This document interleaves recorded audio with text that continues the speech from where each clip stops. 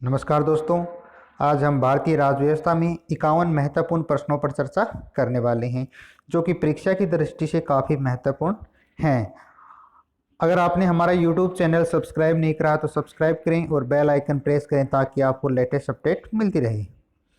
पहला क्वेश्चन है, भारतीय संविधान के किस अनुच्छेद के तहत लोकसभा में अनुसूचित जातियों और जनजातियों के लिए आरक्षण का प्रावधान किया गया है? इसका राइट आंसर है अनुच्छेद 330 के तहत एससी और एसटी को आरक्षण का प्रावधान दिया गया है। एसटी के लिए 47 सीटें और एससी के लिए 84 सीटें रिजर्व की गई हैं। अगला क्वेश्चन, अंडमान निकोबार द्वीप समूह द्वारा न्यायिक क्षेत्र किस न्यायालय की देख रेख में आता है? इसका राइट आंसर है पोर्ट ब्लेयर में कलकत्ता हाई कोर्ट की सर्किट जो बेंच है वो अंडमान निकोबार द्वीप समूह का न्याय क्षेत्र आता है। अगला क्वेश्चन है, केंद्र शासित प्रदेश लक्षद्वीप के न्यायिक क्षेत्र का कार्य कौन सा न्यायालय करता है? इसका राइट आंसर है जो केरल हाई कोर्ट है वो लक्षद्वीप है उसका न्यायिक कार्य करता है। सुप्रीम कोर्ट के जजों की संख्या का कौन बदलाव कर सकता है? इंपॉर्टेंट क्वेश्चन है। इसका राइट आंसर है कानून द्वारा संसद एक कानून बनाएगी, उसके द्वारा सुप्रीम कोर्ट के जजों की संख्या में बदलाव किया जा सकता है। अगला प्रश्न, सुप्रीम कोर्ट के मुख्य न्यायाधीश के रूप में कार्य करने के लिए व्यक्ति को उच्च न्यायालय में कम से कम कितने वर्ष तक कार्य किया हुआ होना चाहिए? अनुभव पूछ रहा है तो 10 वर्ष, कम से कम 10 वर्ष काम किया हुआ होना चाहिए। दिल्ली के एनसीटी राष्ट्रीय राजधानी क्षेत्र संविधान के किस संशोधन से बनाया गया है? किस संशोधन से बनाया गया है? इसका राइट आंसर है बी 69वां संविधान संशोधन से एनसीटी में संविधान संशोधन के द्वारा इसको बनाया गया है। भारत में 3 स्तरीय पंचायती राज प्रणाली कितनी जनसंख्या से ऊपर वाले राज्यों के लिए है? इसका राइट आंसर है सी 20 लाख से अधिक जनसंख्या के लिए इसका प्रावधान किया गया है। भारत में एक राज्य में कार्यकारी शक्ति के संदर्भ में निम्नलिखित में कौन सा कथन सही है? राज्य की कार्यकारी शक्ति राज्यपाल में निहित होती है। राज्य में वास्तविक कार्यकारी प्राधिकरण मंत्रिपरिषद है। राज्य में सभी कार्यकारी निर्णयों को मुख्यमंत्री के द्वारा लिया जाता है। इनमें से सही विकल्प का चयन करना है। तो इसका राइट आंसर है ए, केवल 1 और 2 कि राज्य की कार्यकारी शक्ति हैं वो राज्यपाल में निहित होती हैं और राज्य में वास्तविक कार्यपालिका शक्तियां मंत्रिपरिषद में होती हैं। अगला क्वेश्चन, निम्नलिखित में कौन राज्यपाल को उसके कार्यकाल से हटा सकता है? तो राज्यपाल को कौन हटा सकता है? राज्य विधानसभा, संसद, राष्ट्रपति। तो इसका राइट आंसर है राष्ट्रपति है वो राज्यपाल को उसके पद से हटा सकता है। अगला क्वेश्चन, भारत की निम्नलिखित आधिकारिक भाषाओं पर विचार कीजिए। सिंधी, नेपाली, कोंकणी, मणिपुर, बोडो, संथाली, सांथली, कोंकणी, दोगली और मैथिली। 2003 के 92वें संविधान संशोधन अधिनियम द्वारा 8वीं अनुसूची में उपरोक्त में से कौन सी भाषाएं शामिल की गई थी? इसका राइट आंसर है सी 3 और 5। 3 और 5, 3 और 5 ये भाषाएं हैं जो 92वें संविधान संशोधन 2003 में 8वीं अनुसूची में शामिल की गई थी। निम्नलिखित में कौन सा विषय 7वीं अनुसूची की समवर्ती सूची में है? सार्वजनिक स्वास्थ्य और स्वच्छता, वन, स्टॉक एक्सचेंज और कृषि। तो इसका राइट आंसर है बी वन। जो वन है वो 7वीं अनुसूची की समवर्ती सूची में शामिल हैं। अगला क्वेश्चन, उपराष्ट्रपति को हटाने का प्रावधान किसमें प्रस्तुत पेश किया जाता है? तो आपको पहले वीडियो में बताया था कि उपराष्ट्रपति है उसको केवल राज्यसभा से ही हटाया जा सकता है। सीमा प्रबंध विभाग किस मंत्रालय के अंतर्गत आता है? रक्षा मंत्रालय, गृह मंत्रालय, विदेश मंत्रालय और सड़क परिवहन मंत्रालय। तो इसका राइट आंसर है गृह मंत्रालय। जो सीमा प्रबंधन विभाग है वो गृह मंत्रालय के अधीन कार्य करता है। अगला क्वेश्चन, क्षेत्रफल के हिसाब से भारत की सबसे बड़ी लोकसभा कौन सी है? तो इसका राइट आंसर है लद्दाख। जो लद्दाख है वो क्षेत्रफल के हिसाब से सबसे बड़ी लोकसभा है। और राजस्थान के संदर्भ में बात करें तो बाड़मेर है वो सबसे बड़ी लोकसभा क्षेत्र है।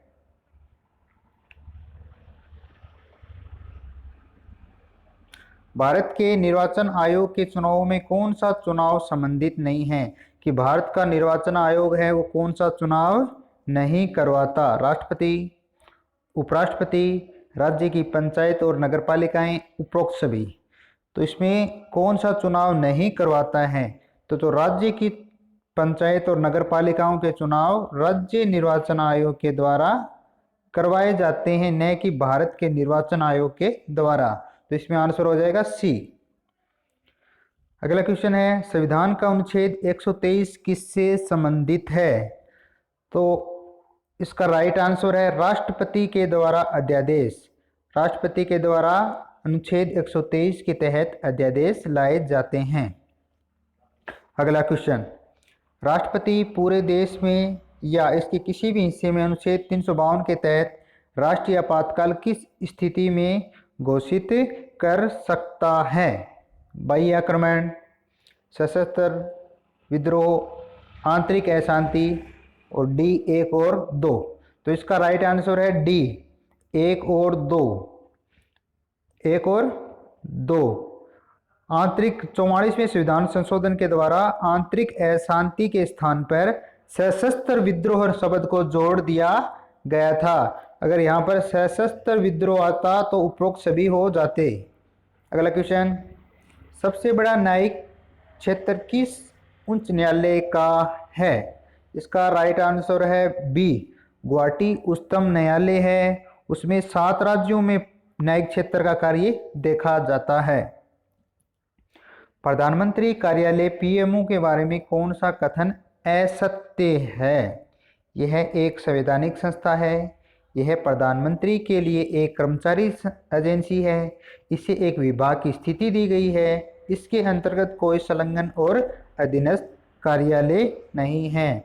तो इसका राइट आंसर है यह एक संवैधानिक संस्था नहीं है, असंवैधानिक संस्था है। पीएमओ कार्यालय है वो एक असंवैधानिक संस्था है। अगला क्वेश्चन, निम्नलिखित में कौन सी भाषा संविधान की 8वीं अनुसूची में शामिल नहीं है? फारसी, संस्कृत, कश्मीर, नेपाली। तो इसका राइट आंसर है फारसी भाषा है वो 8वीं अनुसूची में शामिल नहीं है। भारतीय संविधान में संशोधन का प्रस्ताव किस देश के संविधान से लिया गया है? तो इसका राइट आंसर है साउथ अफ्रीका। दक्षिण अफ्रीका के संविधान से हमें संविधान संशोधन का प्रस्ताव लिया गया है। अगला क्वेश्चन, राज्यसभा के बारे में कौन सा कथन असत्य है? कौन सा कथन असत्य है? तो राज्यसभा में 12 सदस्य हैं वो प्रधानमंत्री द्वारा मनोनीत किए जाते हैं।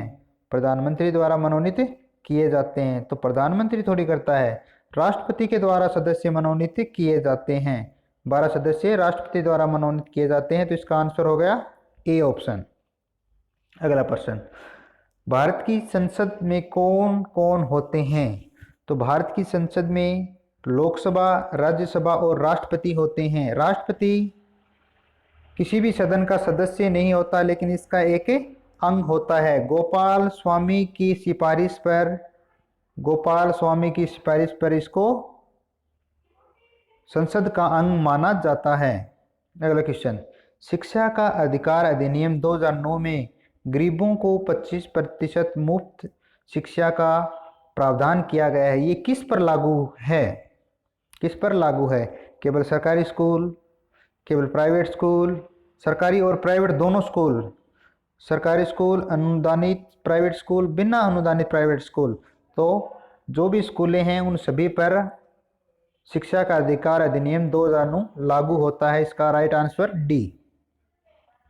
अगला क्वेश्चन, निम्नलिखित पर ध्यान दीजिए। भारत का मुख्य न्यायाधीश, सुप्रीम कोर्ट के अन्य न्यायाधीश, राष्ट्रपति उपरोक्त में से किसी नियुक्ति के लिए सर्वोच्च न्यायालय के न्यायाधीशों से परामर्श कर सकता है। तो इसका राइट आंसर है सी, 1 और 2। जो राष्ट्रपति होता है वो भारत के मुख्य न्यायाधीश से परामर्श कर सकता है, सुप्रीम कोर्ट के अन्य न्यायाधीश हैं उनसे भी परामर्श कर सकता है। निम्नलिखित पर ध्यान दीजिए। लोकसभा, राज्यसभा, विधानसभा सदस्य। राज्यसभा का सभापति इनमें से किसके मतों से चुना जाता है? राज्यसभा का सभापति कौन होता है? राज्यसभा का सभापति उपराष्ट्रपति होता है। तो उपराष्ट्रपति के चुनाव में कौन भाग लेते हैं? उपराष्ट्रपति के मतदान में ये भाग लेते हैं। कौन? लोकसभा और राज्यसभा। तो इसका राइट आंसर हो गया बी। राइट आंसर हो गया बी। राष्ट्रीय वरिष्ठ नागरिक परिषद का अध्यक्ष कौन होता है? तो सामाजिक न्याय और अधिकारिता मंत्री होते हैं, वो वरिष्ठ नागरिक परिषद के अध्यक्ष होते हैं। मतदान निगरानी प्रणाली पहली बार किस राज्य में लागू की गई थी? इसका राइट आंसर है गोवा में पहली बार मतदान निगरानी प्रणाली शुरू की गई थी। अगला क्वेश्चन, यदि चुनाव के दौरान चुनाव प्रत्याशियों की संख्या 64 से अधिक हो जाए तो चुनाव आयोग क्या करेगा? तो दोस्तों, अगर प्रत्याशियों की संख्या 64 से अधिक हो जाती है तो इस सीट पर चुनाव ईवीएम की जगह बैलेट बॉक्स से किए जाते हैं। बैलेट बॉक्स से किए जाते हैं, ये ध्यान रखना है। ईवीएम में अधिकतम कितने प्रत्याशी हो सकते हैं? तो ईवीएम में अधिकतम 64 प्रत्याशी हो सकते हैं। अगर 64 से अधिक प्रत्याशी होंगे तो ईवीएम की जगह वोटिंग पेपर से मतदान कराए जाएंगे। आमतौर पर चुनाव आयोग के निम्नानुसार पोलिंग बूथ कितनी दूरी पर हो सकते हैं? तो इसका राइट आंसर है बी, 2 किलोमीटर के अंदर मतदान बूथ होना आवश्यक है। अगला क्वेश्चन, एक ईवीएम में अधिकतम कितने मत पढ़ सकते हैं? तो एक जो ईवीएम मशीन होती है उसमें अधिकतम 3840 मत गेट डाले जा सकते हैं।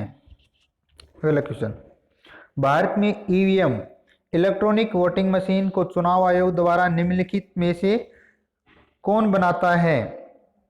तो इसका राइट आंसर है डीआरडीओ और जो केंद्रीय इलेक्ट्रॉनिक लिमिटेड्स होते हैं उनके द्वारा ईवीएम का निगरानी रखी जाती है, निर्माण किया जाता है।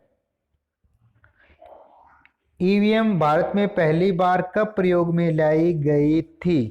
तो इसका राइट आंसर है 1989 और 90 में भारत में पहली बार प्रयोग के आधार पर इसका प्रयोग किया गया था। चुनावों में पहली बार प्रयोगात्मक आधार पर 1989 और 90 में। अगला क्वेश्चन, अब तक किसी भी चुनाव में भारत के किसी भी निर्वाचन क्षेत्र में उम्मीदवारों की अधिकतम संख्या क्या है? तो इसका राइट आंसर है डी, 1033।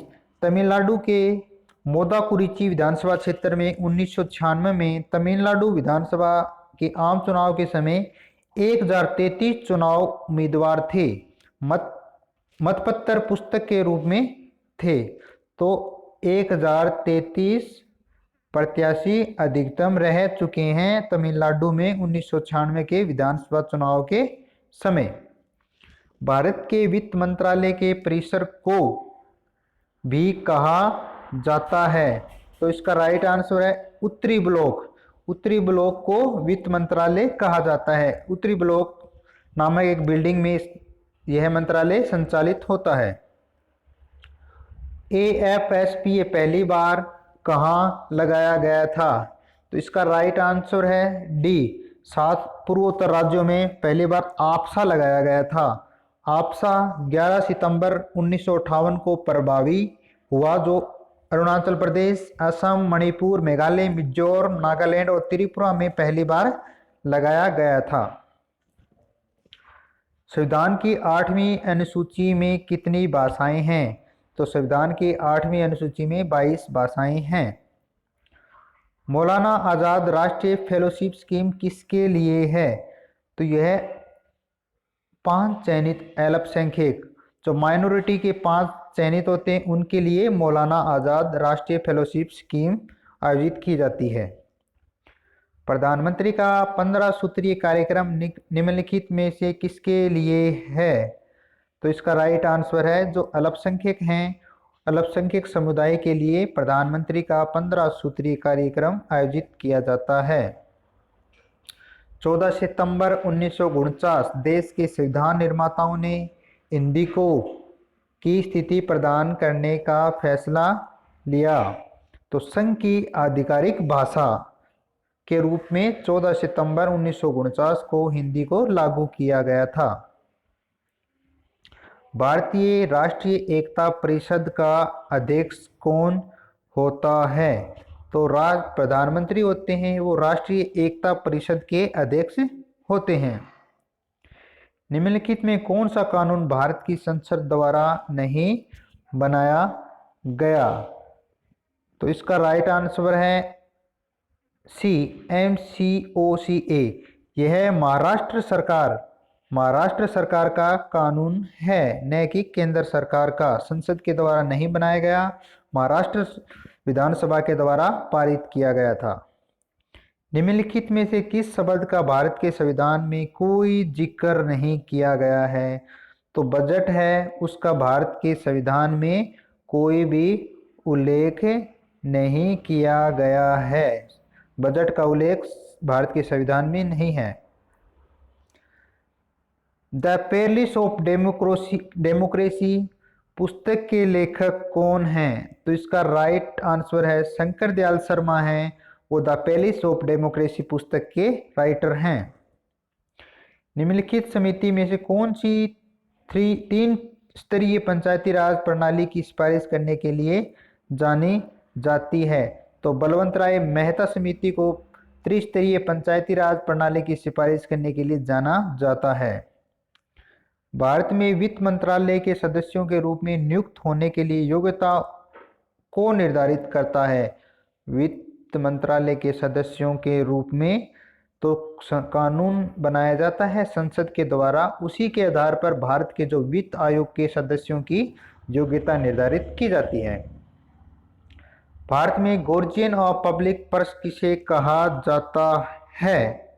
भारत में गार्जियन ऑफ पब्लिक पर्स नियंत्रक और महान्यायवादी को गार्जियन ऑफ पब्लिक पर्स कहा जाता है। निम्नलिखित में से किसको देश के वित्त का संरक्षक माना जाता है?